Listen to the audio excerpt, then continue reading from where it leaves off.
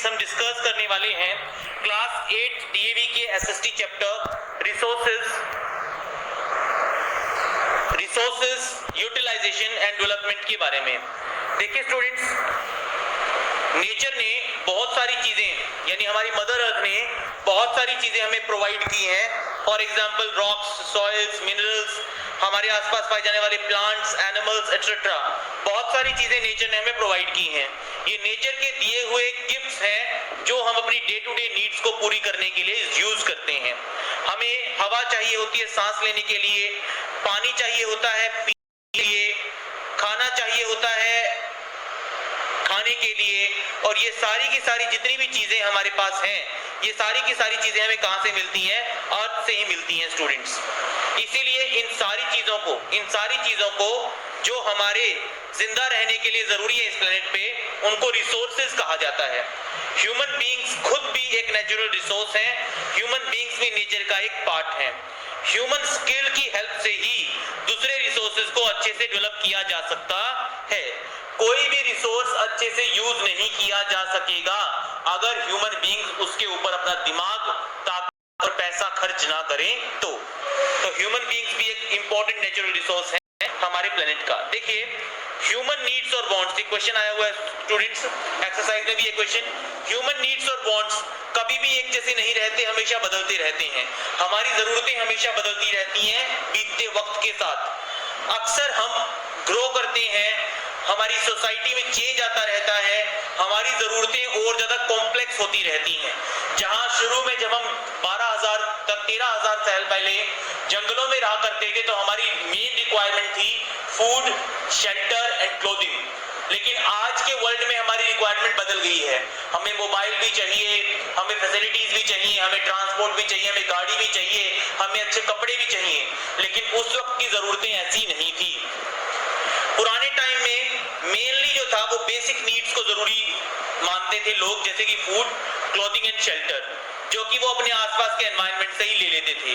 आज भी अफ्रीका में रहने वाले पिग्मीज प्लांट्स, रूट्स, फ्लावर्स, फ्रूट्स और एनिमल्स को हंट करके खाते हैं।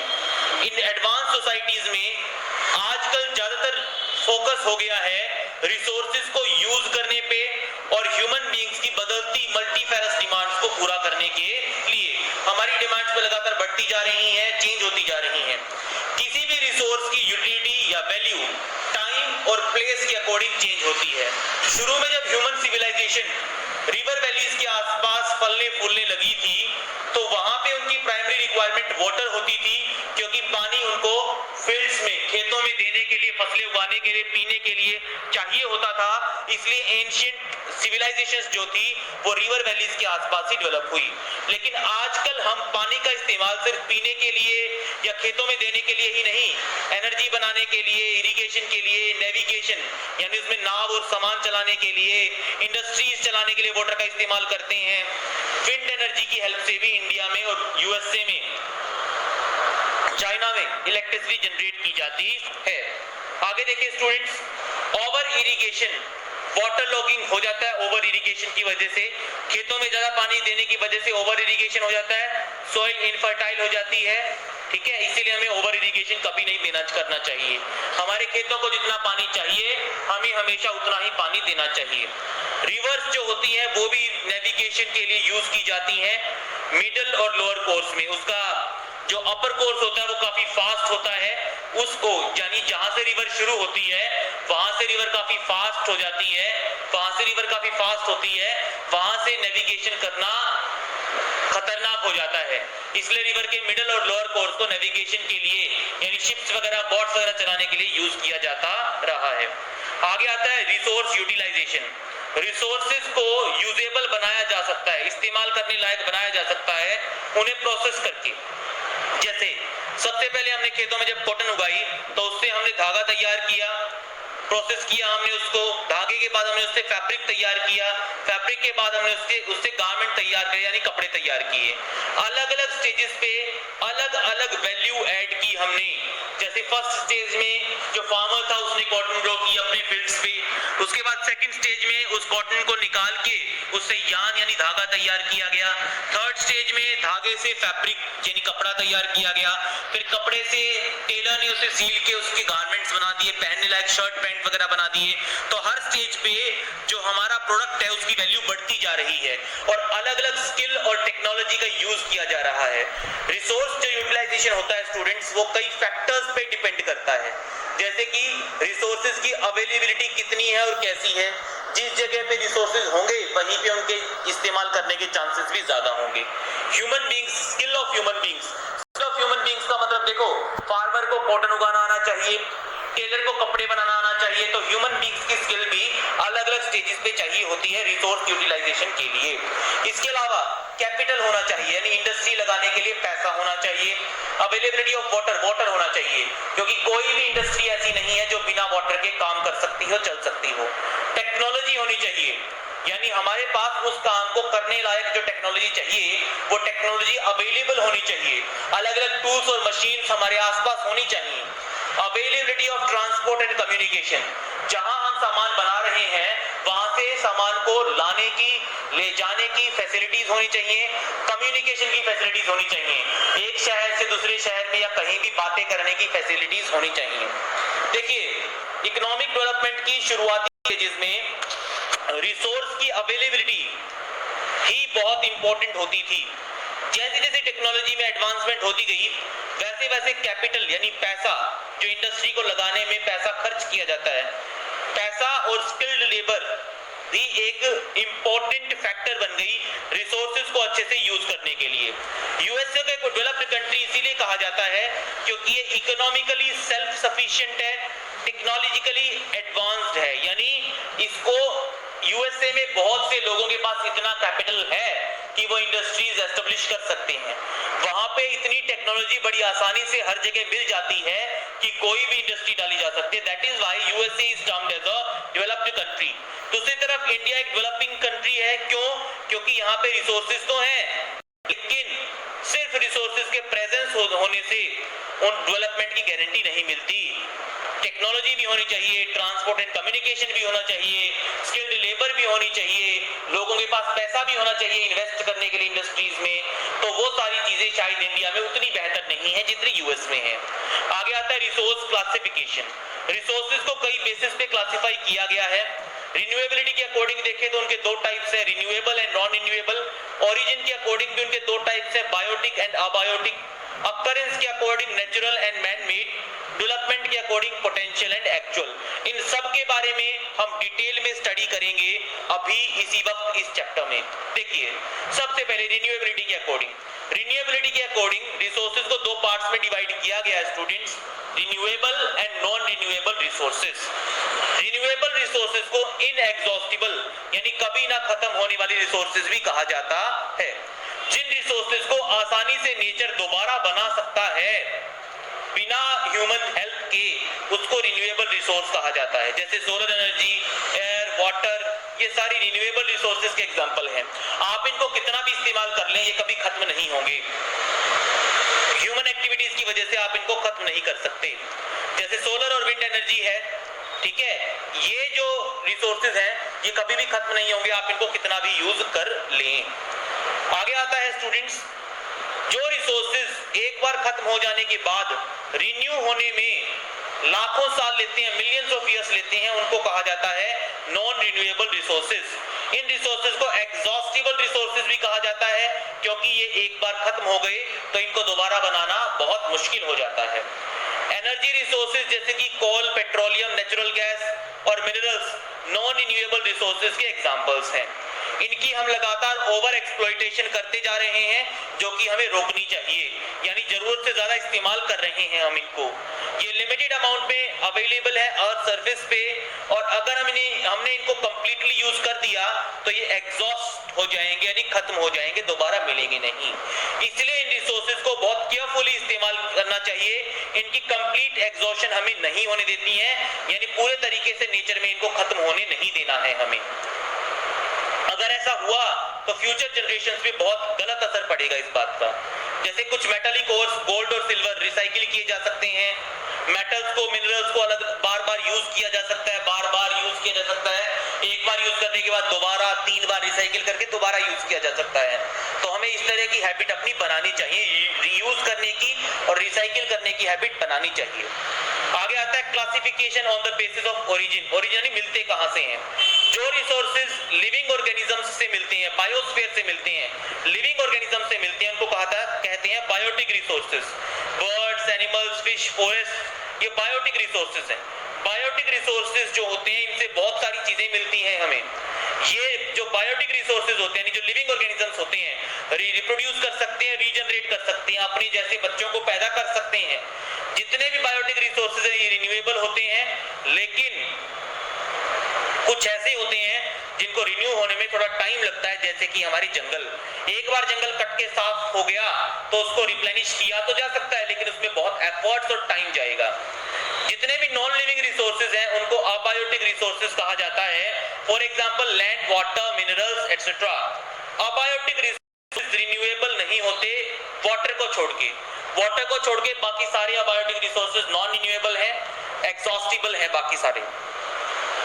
ये रिसोर्सेज, जितने भी रिसोर्सेज हैं हमारे पास, ये लगातार इनकी डिमांड बढ़ती जा रही है, क्योंकि अलग अलग इंडस्ट्रीज और एग्रीकल्चर को इनकी जरूरत पड़ती है।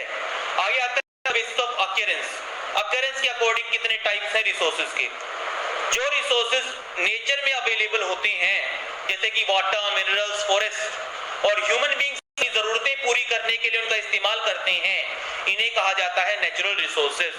बहुत से नेचुरल रिसोर्सेज जैसे कि वाटर ह्यूमन बीइंग्स के जिंदा रहने के लिए जरूरी हैं। अगर ये चीजें ना हो तो डेवलपमेंट तो रुक ही जाएगी, शायद ह्यूमन बीइंग्स सरवाइव भी इस प्लेनेट पे ना कर पाएं।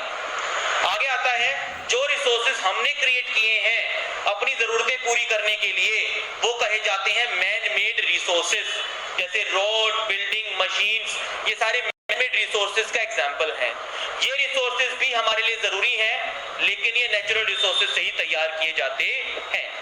आगे आता है एक और ह्यूमन रिसोर्स के बारे में। ह्यूमन रिसोर्स यानी वहां पे रहने वाले, किसी भी देश में रहने वाले लोगों की क्वालिटी और क्वांटिटी कितनी है। क्वांटिटी का मतलब उस देश में कितने लोग रहते हैं, और क्वालिटी का मतलब क्या वहां के लोग पढ़े लिखे हैं, क्या वहां के लोग स्किल्ड हैं, क्या वहां के लोग ट्रेंड हैं, क्या वहां के लोगों का लिविंग स्टैंडर्ड अच्छा है। इस चीज को कहा जाता है क्वालिटी ऑफ ह्यूमन रिसोर्स। मैंने आपको लेसन के शुरू में कहा था कि human beings are also a natural resource. तो ह्यूमन रिसोर्स की भी क्वालिटी और क्वांटिटी होती है। अगर आपके यहाँ के लोग हेल्दी और वेल एजुकेटेड हैं तो पॉजिटिव तरीके से वो डेवलपमेंट में हेल्प करेंगे, लेकिन अगर आपके यहाँ माल नरिश्ड यानी कुपोषित और इलिटरेट लोग मिलते हैं तो शायद वो उतना कंट्रीब्यूट ना कर पाए। ह्यूमन रिसोर्सेज जैसे जापान में ह्यूमन रिसोर्सेज बहुत अच्छे से डेवलप किए जा रहे हैं, वहां के लोग स्किल्ड हैं, टेक्निकली डेवलप्ड हैं। जबकि अफ्रीका में देखिए आप, अफ्रीका में रिसोर्सेज बहुत ज्यादा हैं, लेकिन वहां पे ह्यूमन रिसोर्स को डेवलप नहीं किया गया।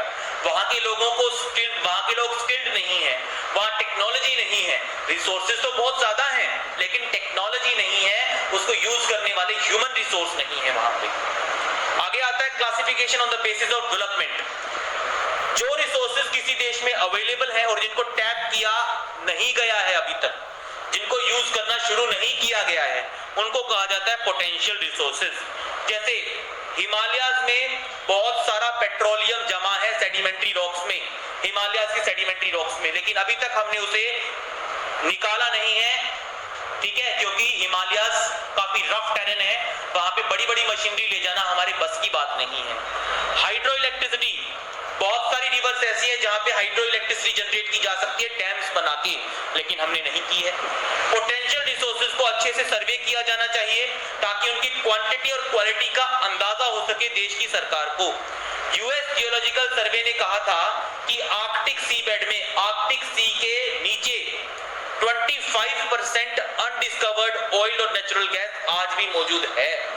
400 बिलियन बैरल ऑयल आर्कटिक सी बेड के नीचे हो सकता है, जिसको अभी तक हमने सर्वे करके निकाला नहीं है। एक्चुअल रिसोर्सेज वो रिसोर्सेज होते हैं जिनको सर्वे भी किया जा चुका है, जिनकी क्वांटिटीज के बारे में पता है और जिनको यूज भी किया जा रहा है, क्योंकि इनको यूज करने के लिए हमारे पास टेक्नोलॉजी अवेलेबल है। जैसे सऊदी अरेबिया ने अपने यहाँ मौजूद ज्यादातर ऑयल को प्रोसेस करना शुरू कर दिया है। वर्ल्ड का 25.9% जो ऑयल है वो सऊदी अरब से निकलता है। आगे आता है sustainable development and conservation. Sustainable development का मतलब होता है ऐसी डेवलपमेंट जिसमें एनवायरनमेंट डैमेज ना हो, यानी हमारी डेवलपमेंट भी हो और एनवायरनमेंट को भी नुकसान ना हो। इससे हम अपनी आज की जरूरतें तो पूरी करते ही हैं, लेकिन फ्यूचर की जरूरतों का भी ख्याल रखते हैं। ऐसा नहीं करते कि आज की जरूरतें पूरी करने के लिए चीज को खत्म कर देते हैं, हम फ्यूचर का भी ध्यान रखते हैं। रिसोर्सेज को अच्छे से यूज किया जाना चाहिए, ठीक है, ताकि हमारी जरूरतें पूरी हो सके और फ्यूचर जनरेशन के लिए भी कुछ बच सके। हमारे ज्यादातर रिसोर्सेज लिमिटेड अमाउंट में हैं, इनकी ओवर यूज नहीं होनी चाहिए। इनकी अगर ओवर यूज होगी तो ये डिग्रेड हो जाएंगे, खराब हो जाएंगे, डिटीरियोरेट हो जाएंगे, इनकी क्वालिटी कम हो जाएगी, इनकी क्वांटिटी कम हो जाएगी और इसका असर हमारी फ्यूचर जनरेशंस पे होगा। जैसे सॉइल, लैंड और वाटर रिसोर्सेज, इनका पोल्यूशन ना करके हमें इनको अच्छे से यूज करना चाहिए। इसीलिए हमें सारे रिन्यूएबल रिसोर्सेज को जुडिशियसली दिमाग लगा के अच्छे से यूज करना चाहिए। रिसोर्स डिप्लीशन को कम करना चाहिए, यानी नेचुरल रिसोर्सेज को खत्म होने से बचाना चाहिए। हमारे यहाँ पाए जाने वाली अलग अलग स्पीसीज यानी प्लांट्स और एनिमल्स को बचाने की कोशिश करनी चाहिए। आगे आता है जो रिसोर्स का यूज है वो हर एक देश में अलग अलग होता है। वहां पे पाई जाने वाली टेक्नोलॉजी और स्किल इन ह्यूमन बींग्स के ऊपर ही डिपेंड करता है कि वो रिसोर्सेज को कितना इस्तेमाल करते हैं। जो डेवलप्ड कंट्रीज हैं जैसे कि यूके और यूएसए, वहां पे रिसोर्सेज का बहुत अच्छा इस्तेमाल होता है डेवलपिंग कंट्रीज जैसे कि इंडिया के मुकाबले। इसके अलावा रिसोर्सेज का जो डिस्ट्रीब्यूशन है वो भी वर्ल्ड में अनइवन है। कुछ जगह तो ऐसी हैं, कुछ कंट्रीज तो ऐसी हैं जहां पे रिसोर्सेज बहुत ज्यादा हैं और वो यूज भी नहीं कर पाते हैं उनको अच्छे से, और कुछ रिसोर्सेज, कुछ कंट्रीज ऐसी हैं जहां पे लोगों का पेट भरने लायक रिसोर्सेज भी अवेलेबल नहीं है। लगातार बढ़ती हुई पॉपुलेशन ने ओवर यूटिलाइजेशन करने को मजबूर कर दिया है रिसोर्सेज का। लगातार बढ़ती हुई पॉपुलेशन की डिमांड्स को पूरा करने के लिए हम रिसोर्सेज को एक्सप्लॉइट करने की तरफ बढ़ रहे हैं, जिसकी वजह से रिसोर्सेज डिप्लीट यानी खत्म और डिग्रेड यानी उनकी क्वालिटी कम हो रही है। ओवर यूटिलाइजेशन ऑफ सॉइल की वजह से सॉइल की फर्टिलिटी कम होती जा रही है दुनिया के कई पार्ट्स में। इसीलिए हमें पॉपुलेशन, रिसोर्स प्लानिंग और कंजर्वेशन, इन तीनों के बीच में बैलेंस बनाने की जरूरत है। तीनों को साथ में लेके चलने की जरूरत है। रिसोर्सेज को जुडिशियसली यूज करना होगा, नहीं तो हमें डायर कॉन्सिक्वेंसेस यानी कड़े जो है निर्णय हमें फेस करने पड़ सकते हैं, कड़े परिणाम हमें भुगतने पड़ सकते हैं। पिछले कुछ सालों में हमने काफी कंसर्न दिखाया है इस मामले में, कंजर्वेशन के मामले में, मैनेजमेंट ऑफ रिसोर्सेज के मामले में, क्योंकि ये लगातार खत्म होते जा रहे हैं और इनको बचाने की जरूरत है। तो साइंटिस्ट की, एक्सपर्ट्स की, एनवायरमेंटलिस्ट की इस तरफ ध्यान गया है और बहुत सारे देश, बहुत सारे ऑर्गेनाइजेशंस रिसोर्स प्लानिंग और रिसोर्स डेवलपमेंट की तरफ ध्यान दे रहे हैं। कंजर्वेशन का मतलब होता है sustainable and optimum utilisation of resources, यानी अच्छे से और प्रॉपर इस्तेमाल रिसोर्सेज का। नेचर और उसके रिसोर्सेज सिर्फ हमारे नहीं है, हमारी फ्यूचर जनरेशंस के लिए भी हैं। इसीलिए हमें रिसोर्सेज को एफिशिएंटली बिना वेस्ट के यूज करना चाहिए। टेक्नोलॉजी को डेवलप किया जाना चाहिए, ह्यूमंस को स्किलफुल बनाना चाहिए, पॉपुलेशन को कंट्रोल करना चाहिए। अगर हम रिसोर्सेज को बचाना चाहते हैं तो हमें एक सस्टेनेबल कम्युनिटी बनानी होगी।